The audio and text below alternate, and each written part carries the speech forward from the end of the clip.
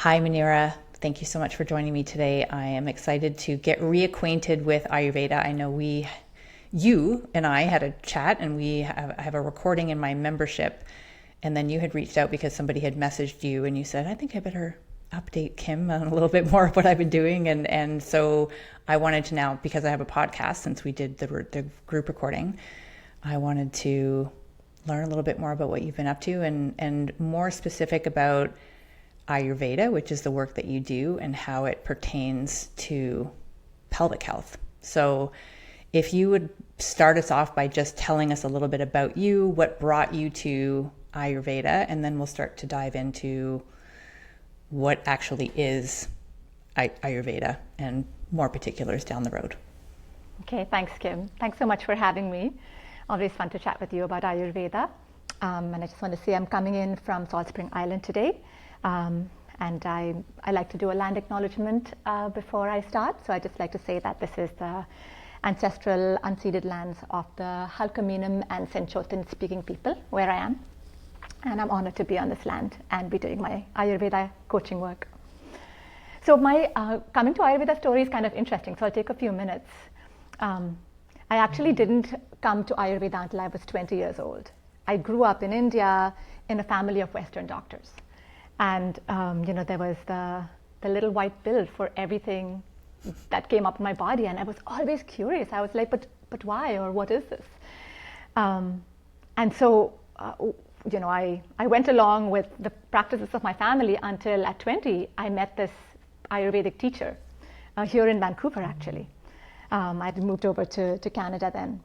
And I was immediately intrigued by his way, his relationship with the world, the sense of presence he had. And so I started volunteering at this Ayurveda center in Kitsilano, actually. And then I was all of a sudden working there. I was practically living there. I was like a sponge, just absorbing everything I could from this amazing teacher. What a gift to find a teacher like that. And sometime into it, maybe a year or so, I just started feeling different. And it was amazing. I started noticing a different amount of energy in my body. A lot of my issues had gone away. I had a level of calmness in my mind that I'd never experienced before. And I started to realize that, wow, this is what health is. And I never even knew before. And it's simply from just making a few little changes. I was eating a bit differently. I was starting to incorporate these practices that he was teaching us. Just really subtle things. And all of a sudden, I felt like a new person. And since then, I've pretty much dedicated my life to studying Ayurveda, sharing it, and just helping people also have that sense of agency that I developed. And wow, these are the actions I can do to take care of myself that help me have this level of vitality and stay disease-free. Because that's what Ayurveda is essentially about. It's a medicine system, but it tells you the actions you need to do in your life so you can stay free of disease. Yeah. Okay. So that all sounds fantastic. And I think there, in my opinion, has been a big shift since the pandemic where people became much more aware. We couldn't really rely on just our doctor visit. People saw a new way of healthcare being delivered online. And I think there's not yet as much as I would like to see, but there are more people taking agency over their health to an extent. However, the sick care system, the kind of the Western medicine, the allopathic model still, I would say, is what a lot of kind of from my generation older, maybe even my parents' generation older, that's just what they grew up with. That's what they are comfortable with. That's what they rely on. And they're less open to some of the other medicine practices, I guess. So you mentioned Ayurveda being a medicine practice. What exactly is Ayurveda and what type of medicine would it be? Yeah, and I'm with you, Kim. Modern medicine is still the dominant. And I like to always acknowledge that every medicine practice has its strengths. And our Western medicine system is great at certain things. It's great at surgery. It's great at emergency care. And I use it for that as well. right? But there are other medicine systems, sometimes the more traditional ones like Ayurveda, that have different strengths. So I'd love to talk about that for a second. So Ayurveda comes from a body of knowledge in India. It's the Vedic system of knowledge. It's also where yoga comes from. So Ayurveda is actually considered the twin sister science to yoga, and they traditionally go together. Ayurveda takes care of the body and all the diseases that come up in the body. And then yoga takes you into your subtler aspect, the mind, union with the divine, if you buy into that. So what is Ayurveda? So Ayurveda is this tradition of, it translates to the science of life. Ayus means life and Veda means science. So it's really just a guideline on how to live a healthy life. And it takes into consideration your eating habits, your lifestyle, your rhythms, your daily rhythms in everyday life. And it really links you to nature in a way that you are using natural rhythms and natural principles to heal yourself. So in that way, it's a very nature-based sort of medicine system. Yeah. And as you're talking, I'm thinking, really, I think this is what we should all be taught from a young age. If we could live in alignment with nature and alignment with, I think of a lot of people now talking about circadian rhythm and, the foods that we eat. And so when you're talking about the foods that we eat, the different practices for, like, there are different types of people, and there is something within Ayurveda called, there's doshas. So can you explain what doshas are, and is that the right term when we start to kind of pull out of Ayurveda? What would be applicable for me might be different from you based on our dosha. Is that an accurate way of saying that? Yeah, exactly. So what's special about Ayurveda that it doesn't really have blanket generalizations like a lot of the other practices. It's really looking at how you are unique. It considers every person unique. And this now, if you take a step back, links to the 5 elements. So a very basic foundational principle that we should know about is that there are these 5 elements, and the 5 elements make up nature, and hence they make up human beings as well. And so understanding your dosha is basically understanding how these energetic principles are active inside you as a unique individual.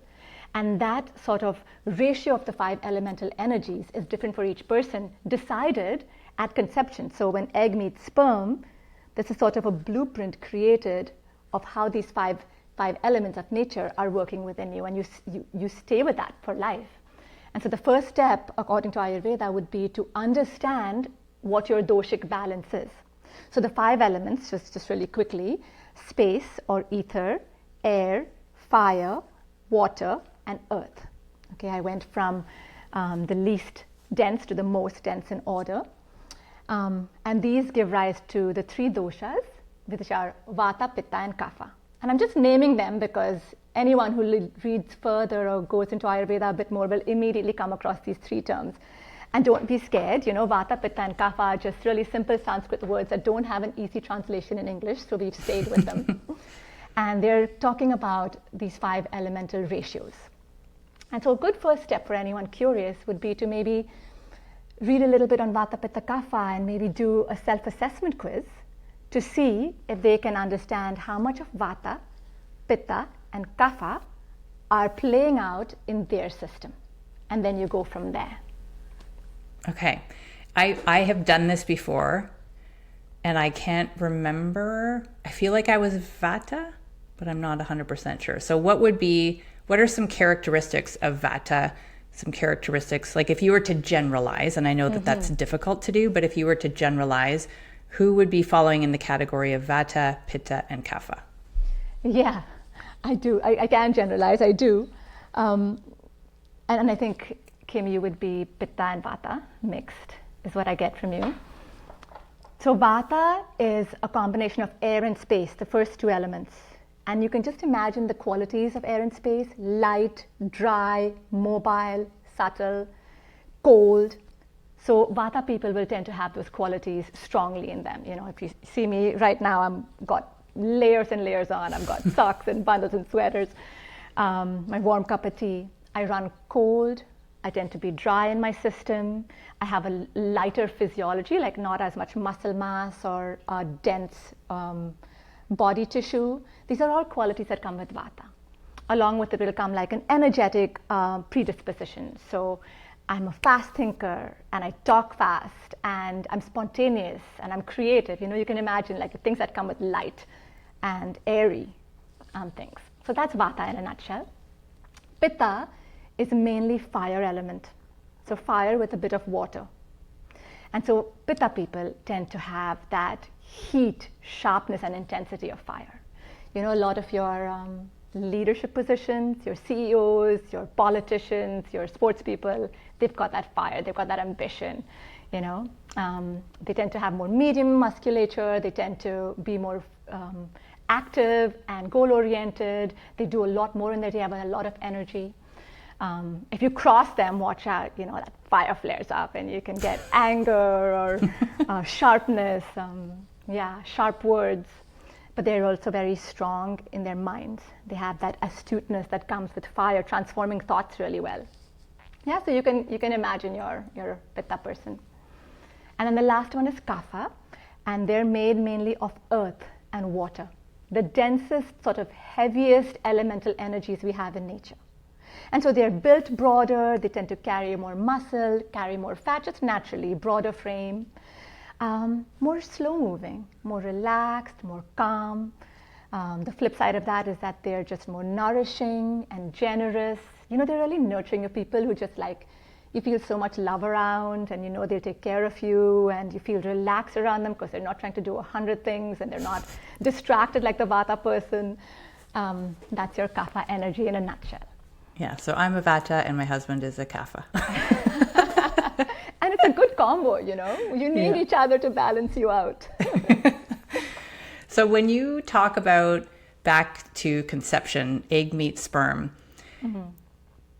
I don't know if this is known, but is it passed down, are traits passed down from mother, father? Is it related to the environment where conception happens? Is it related to emotion at the time of conception? I mean, I'm just thinking literally planting the seed, but planting the seed for this person and what Ayurvedic dosha they will be. Can you go back and be that granular? You can definitely. So the Ayurveda is so complex and intricate and thorough, I've never seen anything like it, So it talks about all of that. In fact, there's a whole preconception process that the male and female go through to purify and prepare the body to create the best possible seed. Because the fertilized egg will be sort of influenced by the quality of the egg, the quality of the sperm, the quality of the uterine field, emotions of the mother, what she eats, what she's used to. All of these things will play out in what happens with the fetus. Yeah. So then if we start to bring in pelvic health to this conversation, you've described the different doshas, and based on a lot of the the generalizations that you've said, particular to certain types of doshas, we could look at a Kapha person maybe having more robust muscles in their pelvic floor. I'm just spitballing here, but versus somebody like a Vata, maybe they're more slender, more slight, not as much muscle. Can we go that granular, or how would you bring this into how we can use Ayurveda to help nourish our pelvic health? Yeah, great question. So the pathway of disease or imbalance can be so many different kinds, right? How imbalance starts, according to Ayurveda, is when your natural ratio of the three doshas, right? We all have our own ratio, starts to go out of balance. First, it'll start to go out of balance, then it'll start to overflow and start moving around your body, and then that imbalance of the dosha will lodge in an area of weakness. Okay? And it's such a big topic, so I'm really summarizing here. So all three, Vata, Pitta and Kapha, can contribute to pelvic floor weakness in a sense from that perspective. And yet, we understand the lower abdomen and the pelvis as the home of Vata, right? And there's a specific, we call it a sub-dosha, one specific part of Vata that governs that area. And so we know immediately if something's happening there, there's a predominant quality of Vata going on, regardless of what caused the imbalance. So, and also Vata is considered the master dosha. It's the only one that moves. It's the only one that has mobility. Pitta and Kapha are sort of more stationary. So if only Vata can create the sort of imbalance in the body, move things from one place to the other. So Vata is always considered when there's a disease condition first. So yes, so in the case of pelvic floor weakness, we're immediately looking at Vata because of the location of this. And then we're also looking at what else is going on in the person's physiology. Is Pitta contributing? Is Kapha contributing? And if I can take one more diversion here, Kim, please. Bear with me. There's really two main pathways for disease in Ayurveda. One is through blockage, and that's when your digestion isn't working well or something in your system isn't working well, and there's accumulation in the body from improper digestion and metabolism, okay? And that blockage in the physical channels and subtle channels starts to manifest as a disease. Vata plays a contribution in that, of course, has a contribution in that. And the other pathway to disease is depletion and degeneration. And it can happen from inadequate nutrition, from aging, from so many different things like that, right? That also is governed by Vata. So when I have a pelvic floor imbalance come to me or a pelvic floor weakness, I'm also looking at, is it blockage? Is it weakness? You know, Kapha might play more of a role in blockage, but it's resulting in a weakness that's Vata. Does that make sense? Yeah, absolutely. Yeah. So when I think of the blockage, the most common blockage in terms of the population that I work with and what I talk a lot about on this podcast and in my work is constipation. Mm-hmm. So that blockage of inadequate digestion, which can be from inadequate nutrition. A lot of people with certain pelvic floor conditions may start to eat a very limited diet, a very particular diet, not a lot of diversity in what they're eating, to try to help manage symptoms, which can then sometimes help relieve a blockage, but can sometimes maybe even create a blockage. So we can have a physical blockage, like in the case of somebody with like a rectocele, so that's a certain type of prolapse, which can then potentially contribute to the development of poor digestion. And we can also look at it from a like the vice versa perspective, where poor digestion can then maybe even contribute to something like a rectocele. But so you've talked a lot about, you know, back to the start of the podcast, all the different ways that we can use Ayurveda and its lifestyle and its habits and its nutrition. So from a nutrition perspective, as I understand it, different doshas would benefit from different eating styles or different types of food, different temperatures of food. Can you talk a little bit about that in terms of how we can help alleviate a blockage like constipation and improve things from a digestion perspective? Yeah, and I'm glad you named constipation because it's one of the key factors, even from the Ayurvedic perspective, when you look at pelvic floor. It's one of the most crucial things to take care of when we start to treat these kind of disorders. So diet, yes. Each of the doshas is recommended to eat slightly differently. You know, we're still talking about the same sorts of foods. We're looking at getting all the tastes, you know, sweet as in protein and carbohydrates, bitter as in green leaves and vegetables, you know, your fats, etc. So we're all eating the same thing, but it's about, one, how much of each you're eating. A Kapha person who's generally builds easily and carries more weight might need less of the carbohydrates, less, you know, simple sugars, etc., less fat. They may need a little bit more vegetable matter to create the lightness, a bit more protein, right? That'll help manage the metabolic style that their body is in. A Vata person is going to need much more quantity, frequency of nourishing food that's easy to digest. So a Vata person, their weakness is digestion.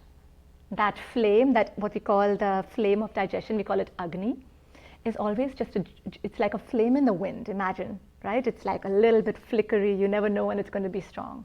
So they need to favor warm, well-seasoned, soupy, cooked foods that you can imagine are easy to digest, will prevent that sort of blockage that comes from dryness and coldness in a Vata person in the colon, right? A little bit more fat, oily foods are really good for Vata. And then maybe some support to make sure that flame is strong. So if someone came to me with a Vata imbalance, I would give them some, spice mixes or something to have at their lunch and dinner so that they have a little bit more help with digestion. Your Pitta person now in the middle, they're medium, they have a strong fire, right? They burn fast.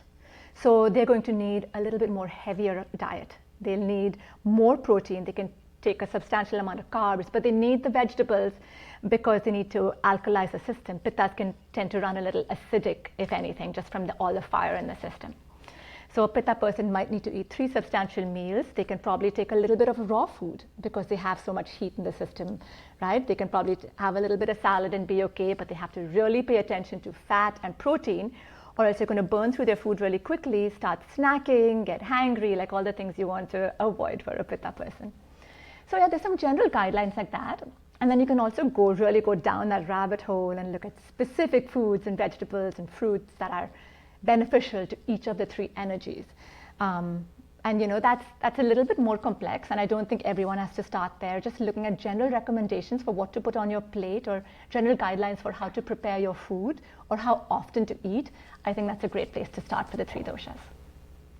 Okay, well, I feel like you've nailed me, because the blend between the 2, as you were saying, I definitely prefer warm foods for sure. I like soups, I like stews, I like bowls, but if I was going to have a salad, eating a salad to me, I love vegetables, but I always want something warm. It has to have warm meat on top of it or something like that, because I'm not a fan of the cold foods. So yeah, I feel like you nailed me there. That's so nice, Kim, when it resonates and you get the basic concepts. That's my favorite thing. Yeah. I just find it so fascinating. And food is let food be thy medicine and medicine be thy food type thing, that saying, right? I feel like that's always the place that we should be starting, is looking at what we're eating and how we're eating, times of day we're eating, types of food we're eating. Start there first, and then we can go down the path of other things to come in and supplement or potentially even need medication for. But I just think food has such a powerful way to help us heal that isn't so overlooked when we think of the general allopathic medicine model. So how would you say, we've talked about the nutrition perspective, maybe let's bring in a lifestyle piece now, coming back to pelvic health. So let's say somebody was dealing with some incontinence, we can get even more granular. They were dealing with the urgency incontinence, let's say. So somebody who feels they get very strong urges to go to the bathroom, maybe even those urges come about quite frequently. What would you, maybe from a nutrition perspective and also from a lifestyle perspective, you would first want to know their dosha. And then, so let's say this was a vata. So let's go through the 3 different types. If this was the symptom manifestation in a vata and in a pitta and a kapha, how would you approach that? Yeah. So the symptom you're describing is considered a vata symptom, right? So the management is going to be vata, regardless of what the backdrop of the dosha is. Got it. So urge incontinence or frequent urge, you immediately know that the vata in that area of the body has been triggered. So of course, we start with diet. I'd recommend the vata pacifying diet we just talked about. I'd recommend a vata pacifying routine, which means first and foremost, consistency every day. Eating your meals at the same time, sleeping at the right time at night, 10 p.m. ideally, getting 8 hours of sleep, rising early, 6 to 6:30 a.m.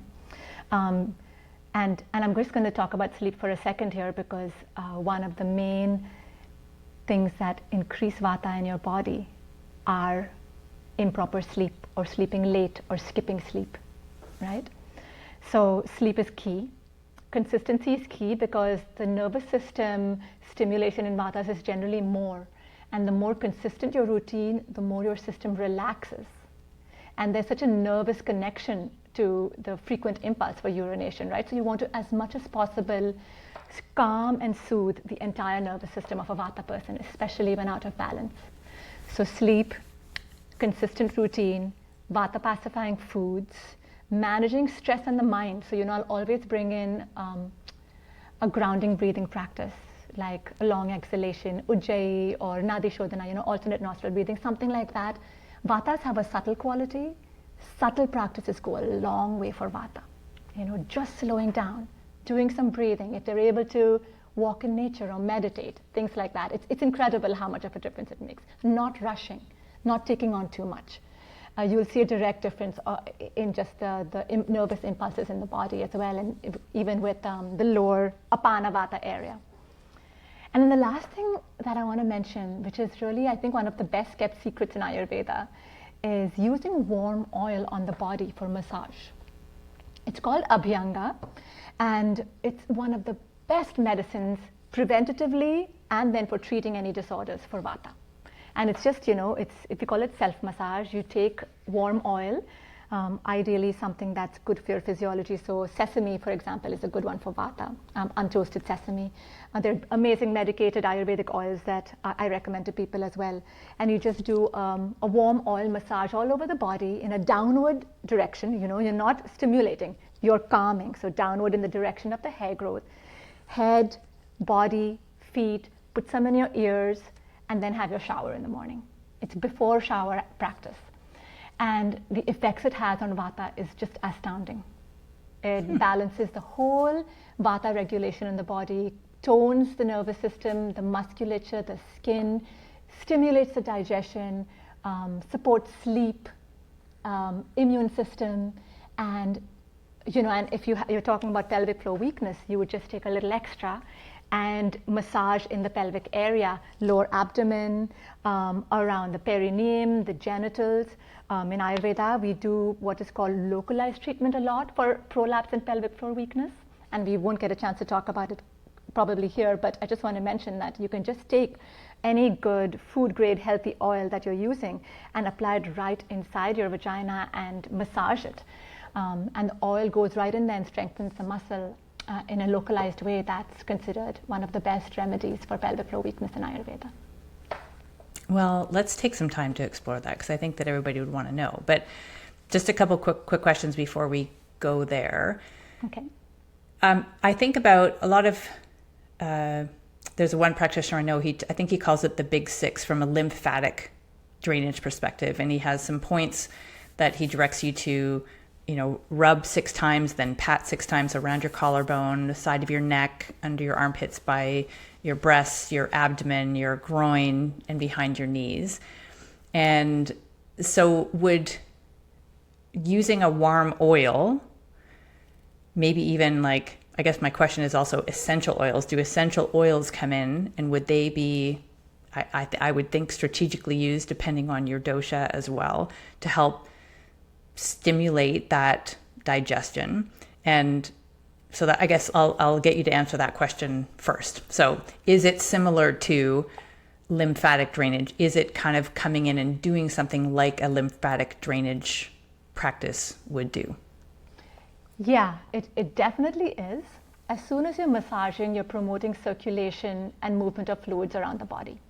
So it's doing that. And if someone's doing that practice, yeah, use oil and do it if you're a Vata person, right? It's so much better. So it's doing that, Kim, and it's doing a lot more. There's something that happens just from using oils because of the property of the oils. So we talk a lot about qualities in Ayurveda, right? So if a Vata is cold and dry and light, the thing that would balance them is bringing in the opposite quality. And so think of warm oil. It's heavy, it's warm, it's unctuous or oily, right? So immediately you're hitting so many of those Vata triggers and qualities just by using warm oil. And then there's an act of rubbing it. So, we also describe in Ayurveda that your body can absorb oil, not just in the skin, it's going into what we have 7 tissue layers in Ayurveda, it's going all the way to your 7th tissue layer, when you do massage. So you're not just working with your skin, obviously. And in 5 minutes, you are targeting all your tissues. But then we say, keep rubbing your body. If you have 10 minutes, even 15, that act of stroking the skin with warm oil has an effect on a nervous system that just hitting the 6 lymphatic points won't quite do. So yes, it'll do that, but it does way more to do the whole body and use the warm oil in sort of an intentional practice. And as you're saying, basically anything to do with the pelvis is vata. Mm-hmm. And vata, so how can we balance? And part of it was the calming of the busyness and the rushing and all of the stuff that you were talking about earlier. And so just the practice of the oil has its warmth and oiliness and combats the dry, but it's also the simple act of doing it is helping us slow down. And like, I could just picture myself being like, hey, I'm going to rub it here, I'm going to rub it there, I'm going to get this done as fast as possible. But it's the act of slowing down. It's part of an act of nourishing your body and trying to slow down. 100%. And actually, the word we use for oil is called snehana in Sanskrit. It also means love. And it's not a coincidence. So the self-oil massage we equate to self-love or cultivating lovingness in your body. And I feel most of us can use that, and especially Vata people. So then back to the oil in the vagina. Again, even if somebody was a Pitta or a Kapha, if they were dealing with a pelvic floor, pelvic health challenge, it would be Vata that we would want to come in with. So a Vata type oil, regardless of whether you're a Pitta or a Kapha. Is that accurate to say that? It's no, maybe let's just pause there for a second. Okay. So for the way we start to choose oils is, again, by their properties. Cooling or warming is the first thing we look at. And a Vata person runs cold, you know that feeling. You'll choose a warming oil. Sesame oil is warming, okay? Ghee, almond oil to an extent is warming. So these things are nice for Vata. A Pitta person might find it's too hot to use a warming oil. So they might do the same practice with a coconut oil, which is more cooling. And they'll get the benefits of the oleation and the soothing and the strengthening without the generation of the excess heat that might not feel good for them, right? Kapha again runs a bit cold, they'd use a warming oil. So I think you might choose your oils specifically based on your dosha, even if you're using oil. Yeah. Got it. Okay, so then once you've chosen your oil, what would the practice be when you're talking about massaging the inside of the vagina? This would be with fingers, I'm assuming. Mm-hmm. How long? What types? Would it be strokes? Would it be applying pressure? How would somebody participate in this practice once they've chosen their oil?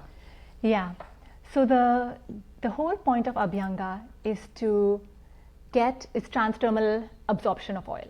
So the focus is not, like a deep tissue massage or anything. It's really about getting that oil to absorb across the skin. And so that's why I talked about a lot of strokes, because the back and forth creates sort of heat and stimulates absorption. So the technique, there's no rocket science here, really. It's get that oil across the skin. Same thing applies to your vagina. In that area, again, there's naturally a lot of heat. There's a lot of vasculature. It's a great place for the body to naturally absorb things. So you don't need to do a whole lot. Usually, as part of my massage, at the end of my massage, I'll just take some extra oil, I'll insert my fingers, I'll go around in a, you teach this all the time, I know, I've been in your massage classes. So you just really are coating the inside of your vagina with oil, creating a little bit of warmth there with a little bit of movement, and the body does the rest. It's incredible. You put your finger back in there a few minutes later and you'll notice the oil is gone. It absorbs it so fast, right? Wow. One thing I wanted to say while we're talking about the skin is just a small word of caution. If there is more of a blockage type imbalance going on in the body, there would be a little bit of pre-treatment before moving into oils. So I would first give that person some herbs, maybe to stimulate their digestion and to break down the blockages, because I'm talking about blockages here in the channels of the body, not just constipation or anything, but in the tissue. So there may be a few weeks of work with a herb to create the free movement in the body, remove or burn off any impurities sitting in the system, and then moving to oil. So just a word of caution, because I wouldn't want someone to just start using oil when there's heaviness sort of blockages in the body. They might not feel as good. It might make it worse. So just assess first where you're at before you start using the oil. Got it. And with the herbs, I'm assuming there's different types of herbs based on your dosha. And then are these herbs that you would add to food? Is it that you would drink as a tea? Would it be something you would take as a capsule or put on your skin? Or what would the delivery mode be of the herbs? And maybe if you could mention a couple of the more common herbs that you would recommend. Yeah. So the Ayurvedic pharmacology of herbs is incredible. Oh my God, we have hundreds and thousands of plant medicines made into complex formulations. I just, to remind you, Ayurveda is at least 4,000 years old. And if you sit in on a herbal formulation class, you'll be amazed at how intricate and complex the processes are. So we have formulations that have 10, 20, sometimes 30, sometimes up to 100 herbs in it. Okay, wow. We have incredible medicines. I have some reputed companies that I bring them in from India, and you can go that route. There'd be powders. They're now these days made into capsules for ease. Often you'll have to boil it for 15 minutes at home if you go that route. They're made into decoctions as well. They could be in a base of ghee or oil. So there's different methods of taking them. But you can be rest assured that they are easy to take these days. They're not as labor intensive as it used to be. There's been some progress in Ayurvedic herb making, which is nice. Otherwise, most people would not take them, I think, in the West. It could be labor intensive. But mainly there are different parts of plants made into a formulation. And sometimes you might be just given a powder that you boil into a tea and drink through the day, or a powder that you just add to your food and mix in and eat as part of your meal. So it can be as simple as that. And so I would first work with some spices in the kitchen, Kim. That would be a food recommendation. And then if I were to add herbs, more targeted herbs on top of that, they would be less known herbs that come from India. So nothing I can kind of mention here and say, go and buy that. Right. It would probably be a mix that I would recommend that you buy from an Indian Ayurvedic company. But there are, can I say one more thing? Mm-hmm, please. So pelvic floor weakness in Ayurveda, again, I was saying it's localized treatment. There are herb powder mixes that are made into like a pack and applied to the perineum traditionally.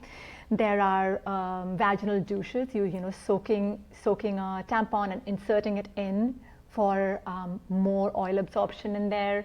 There are catheters, that go into the urinary tract. I know it's a little scary to think of, but there are all these kind of more complex methods that most practitioners like me can't use in the West because it's not part of our guidelines. But you could also go to India and work with someone there and go through a more elaborate process. We call it panchakarma. And this is really great for issues that are chronic or that are not being fixed by your oral topical medicines. And it's a bit more of a commitment, but there's a system called panchakarma in India where you commit 4 to 6 weeks, but you go through an entire detoxification, natural detoxification using plant medicines. And then with that clean slate of a clear body, there's an incredible rejuvenation medicine practice after that helps build back and fix channels and pathways in the body that have had damage or have become weak.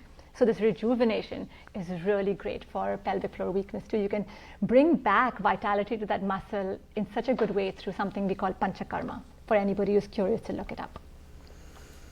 I love that. I want to go to India now. I've always wanted to go to India, but now I want to go even more. But before we wrap up, as you were talking, I probably 6 months-ish ago, I don't remember exactly how long. So the way that Muneera and I know each other was from back when I was presenting at the South Community Birth Program in Vancouver. I would come in and teach the connecting pregnancy groups about pelvic floor health as it pertains to pregnancy and postpartum recovery. And Muneera was one of the facilitators for those groups. So I used to work predominantly with pregnant women, new moms. And for a long time, that was the majority of the population that I served. And we started Bellies Inc. and we were trying to bring practices from elsewhere around the world. And we were bringing in belly wrapping and you were talking about the perineal compress, the different practices that other cultures use that if you were to speak to an allopathic Western medicine doctor, they would consider that hogwash. They would never even consider it. We need 50,000 random control trials before we can even talk about this. But they were still embraced. And I just feel like there's so much power that we don't see here in North America. But anyway, the point of my story, a gal had she has created a vaginal steaming device. And traditionally you would sit over a pot of water with a sort of almost like a birth stool in a way. It was like a little stool with an opening, and you'd drape maybe a dress or towels over you or sheets, and you would allow the steam with herbs to infuse the area. And this has been used in practices all over the world. And so she has created a more modern day version, temperature controlled. It's actually a seat. It also has red light therapy in it, which I'm a huge fan of red light. And so I posted with my surgery, when I had my rectocele repair, I was using red light as part of my healing. And everybody was like, wow, that's really great. I think that's awesome. Where do I get the red light from? And then I posted a photo of me sitting on this, I forget the name of it. I'm sorry for the woman who created it. The Leia Moon seat. So I'm sitting on the Leia Moon seat, and I got torn apart because it was basically the Gwyneth Paltrows versus the Jen Gunters of the world. And I'm thinking it's still red light. It's temperature controlled. It's a traditional practice. And anyway, I was torn apart for this post, which I found interesting. And so maybe we don't have millions of RCT trials about the benefits of this practice. And I don't know if there's research about Ayurveda or not, but I think I want to open people's minds to the possibility of something other than just Western medicine. And as you said, trauma, emergency, if you need a pharmaceutical for an injury, for an infection, I think we're very fortunate to have those as practices. But just listening to you speak about things, I think there is so much wisdom that we are missing. And I'm so grateful for people like you who are, even though you're not in India, you're bringing the practices here, maybe with a few limitations. As you said, there's not as much that you can do here. But I just think that I hope this plants the seed for somebody who maybe has tried so many other things and they're looking for something else. Maybe you don't have to go all the way to India. Maybe you could work with somebody like Muneera. But keep your mind open to possibilities beyond Western medicine and pharmaceuticals.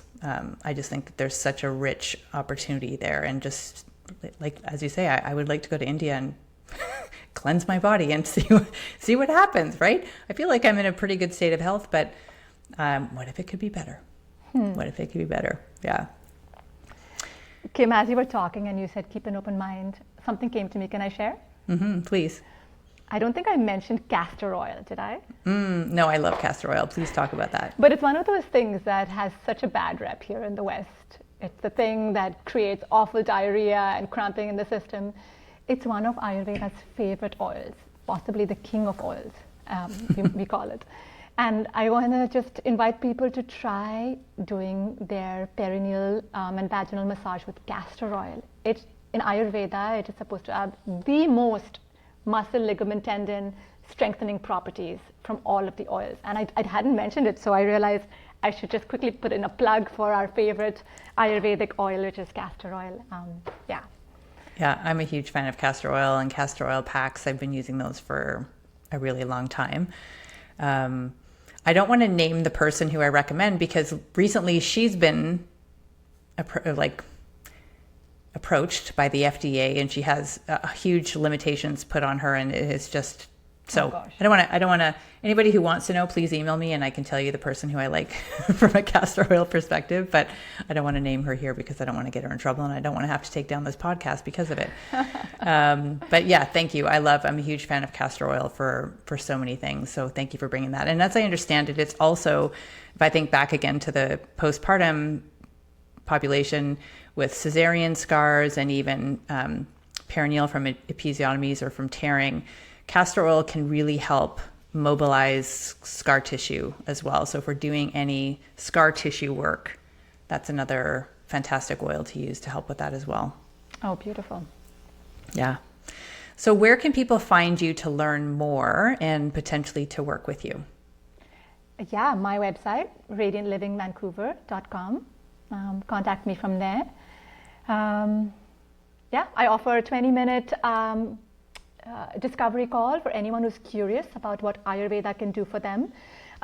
So we'll just chat about what's going on for you and what the approach would be if we were to work together. So that's a really easy way to access me.